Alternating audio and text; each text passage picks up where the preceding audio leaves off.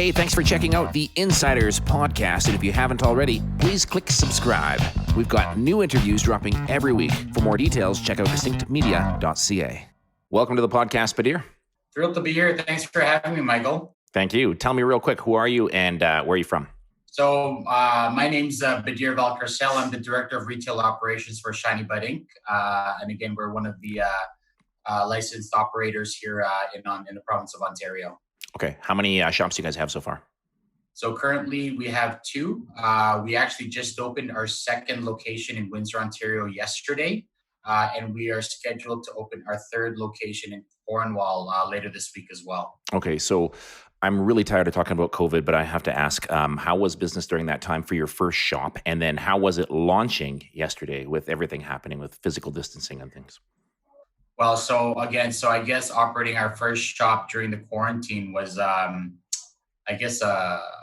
bit of a whirlwind for us because we actually had to do a lot of scrambling to adjust to, the restrictions that were lifted by the government or by the AGCO regarding click and collect online payments as well as delivery, which in my mind was a lifeline to the retailers at this stage, because had the government not done that for us, I think we would have been in a very different position today in terms of keeping us afloat, really, during the lockdown.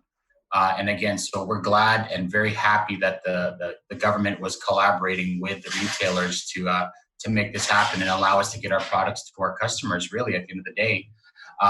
With respect to actually trying to open other sites during the COVID shutdown, again, a lot of uncertainty and a lot of waiting, only because of the fact that, we had to deal with permits with the cities and whatnot. And again, with even the trades that were all off as well, like even just the actual physical builds were basically a big question mark, to be honest with you. So thankfully we were able to push through some of this and eventually work with the municipal governments to actually get us the permits that we needed, which is great. Oh, yeah, for sure. This COVID thing has been such a pain in the ass for everybody in every industry.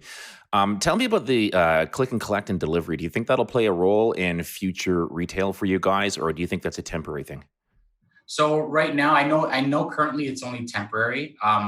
We at Shiny Bud, we actually really hope that it does come to stay after COVID shutdown is here, or after it's lifted. We actually hope that it will stay, only because of the fact that what we are seeing right now, at least with our customers, is that buyer behavior is changing. And when I say buyer behavior is changing, literally anybody from the ages of 19 to 90, because of the shutdown, we're actually forced to be a little bit more tech savvy. Yeah. So in terms of online payments, I mean, I believe it's here to stay, which is great. However, with respect to delivery, that's still a question mark for us right now with respect to the government. And so we also hope it'll stay, only because of the fact that it provides consistency or a consistent experience for our customers and all customers, because those types of features and services are now available in all sectors of retail. And why not the cannabis retail sector as well? Yeah, I guess there's no centralized, Amazon of cannabis that would sell for everyone. You still have to do it yourself. But that online retail experience is something that all of us use on a regular basis now. Absolutely. And it again, with the shutdown, it kind of propelled us forward to our surprise as a retailer. And again, we were fortunate enough to be able to scramble very quickly to get online payments up and running within a week of the government allowing us to actually turn that feature on. Yeah, I know that some other retailers were still struggling because, to be honest, it was on the back burner for a lot of retailers because of the fact that we weren't allowed to do it. Yeah. So, thankfully, Shiny Bud, again, we have some strong partners that are working with us in terms of our technology, and they came through for us, real time, basically. I think those who were able to adapt quickly and make changes and also make themselves available in new and unique ways in every industry, have done okay, at least survive during COVID. I'm going to challenge you with a real tough one here. We've had cannabis shops open now. I'm in Alberta though, so we're like in the mecca of cannabis shops Yeah. for quite a while. And I have my loyalties for sure. There's one that's closer to my house that I like to go to, and then I have a friend who has one. So some of these loyalties are already established. How do you drop into an environment and attract people? Like, why would people go to Shiny Bud? So I think with respect to Shiny Bud, the biggest thing for us is that, and again, when we built our team specifically with bud tenders that are passionate and knowledgeable about cannabis.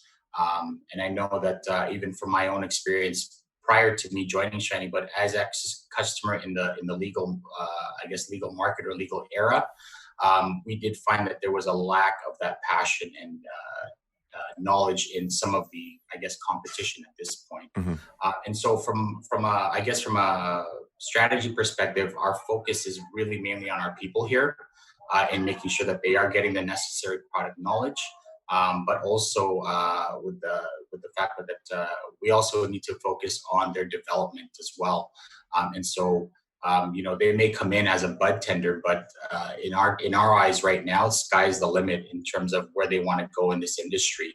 Only because we're in our infancy stage right now, right? And so, our promise to our people is that if they do have any interests within the industry, even outside of Shiny Bud, we are here to actually help facilitate that development and help them move towards their own personal goals. And again, with us having that focus on our people internally.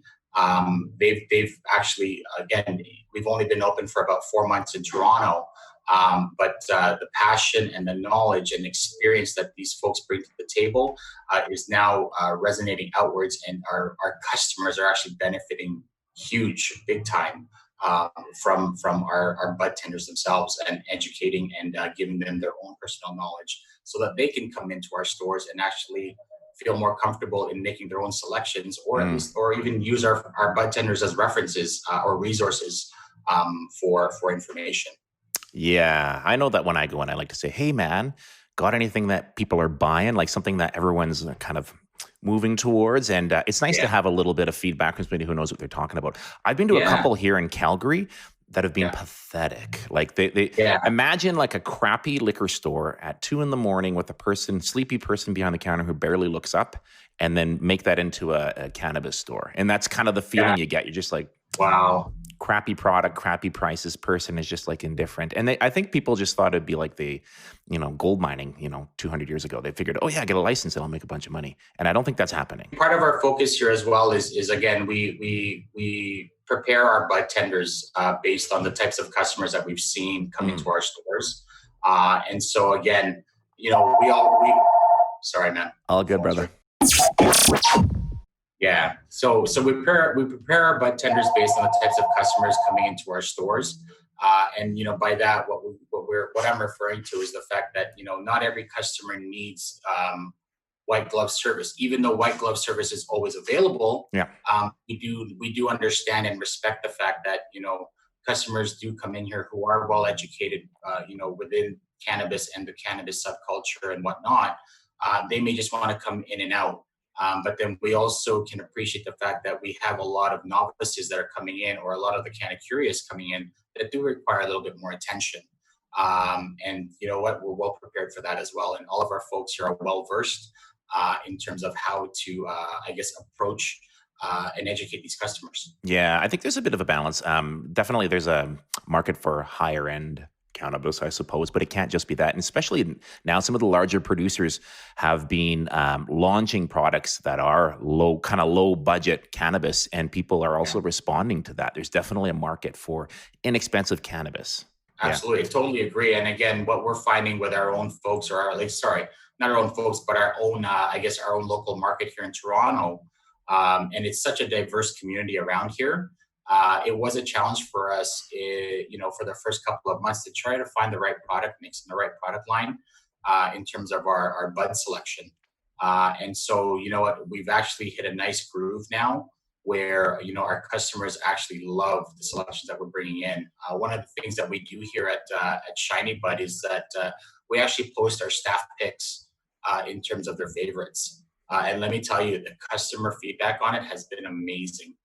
They really want to know what our people like to use and how they consume it. So Yeah, dude. You know what? I smoke a fair amount of weed, but I mean, I like to go in and say, "What do you think?" Because they're just around it more than me. Do you know what I mean? yeah, And it's yeah, nice. It's nice to absolutely, go into a shop where they can say, "This is popular right now. Like everyone's buying this." You know, yeah, without telling me that it'll make me feel a certain way. You know, within the legalities, they're able to at least correct, point me in the right direction of the stuff that's moving and the stuff that people are responding well to. Hey, absolutely. how did you get into cannabis? Uh, I looked at how your did LinkedIn bio. um, so actually, I spent the first part of my career, or the bulk of my career in information technology, specifically in infrastructure. And again, with infrastructure, there's a lot of compliance and whatnot that's required. And so the owners of Shiny Bud are actually childhood friends. Okay. And when they actually won the license during the second lottery, or the second round of the lottery, and we've all been passionate about cannabis for decades.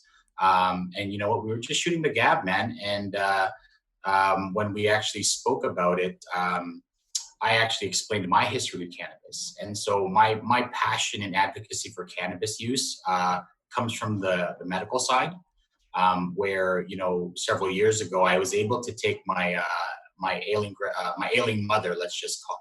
I was going to say my ailing grandmother, but my ailing mother, who was literally on a cocktail or a long list of opiates that were actually killing her liver. And so I did the research, and in meeting with her doctors, it was basically, we need to get her off of this stuff and get her, an alternative method at this point. And so I did my research, and I proposed, oils for her. And I'll be honest with you, Michael, within 3 months, we were able to get her off her meds completely.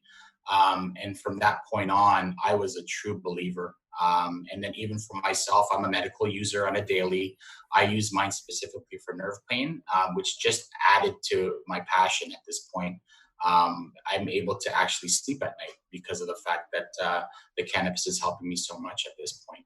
And so that's how I got into it, to be honest with you. And so, yeah, my own personal mission is to change the stigma, because everybody has a story, everybody has a need or a want. And you know what? Our tagline here internally is, it's our job to find out what that story is, Mm. so that we can just, at the end of the day, we can make the world a shinier place, really. Yeah. You're preaching to the choir. There's no stigma here. Yeah. But I know what you're saying for sure. We're on the same mission for sure. Yeah. Okay, real quick. Tell me where to find Shiny Bud. So Shiny Bud, you can find Shiny Bud online at shinybud.com. When you hit our website, there will be, separate landing pages for our new locations. Mhm. And then you can shop online with click and collect. We also have Instagram presence, and you can find our IG taglines or our IG tags on our specific web pages as well. So just visit shinybud.com. We've got currently one location in Toronto, at the Crossroads Plaza, probably the busiest plaza in the GTA, or the busiest intersection in the GTA. We're just located at Weston Road and 401. And then we also have one we just opened up yesterday in Windsor, Ontario, on Tecumseh Boulevard. And sorry, I may have gotten that wrong. Could be Tecumseh Avenue. But we did just open up right next door to the busiest McDonald's in the city of Windsor. So really, again, if you need to find out where we are, just ask where that busiest McDonald's is. And I believe all of the locals and the local community know where that McDonald's is. So it's by the corner of Lausanne Parkway and Tecumseh Avenue. So yeah. No jokes about the munchies, but you made me giggle when you said right by the busiest McDonald's. Sorry. Perfect. Yeah. Thanks for doing this, man. There are lots of variables that make a good shop for sure. And I think sometimes you got to go in yourself to see price, what products they have, how the people are, all that. But I have looked online and your shops are tip top looking. So next time I'm in the GTA, and I am from time to time, I'm going to pop in and say hello. Oh, absolutely. We'd love to have you, man. And honestly, we're honored that you had us as guests on your show tonight. Or today, sorry. So thank you for having us. We really appreciate it. Thanks, brother. Take care. Thanks for listening to the Insiders Podcast. We take no responsibility for inaccurate details or facts. If something interests you, we're glad to have brought it to your attention, but please take the time to research the details for yourself.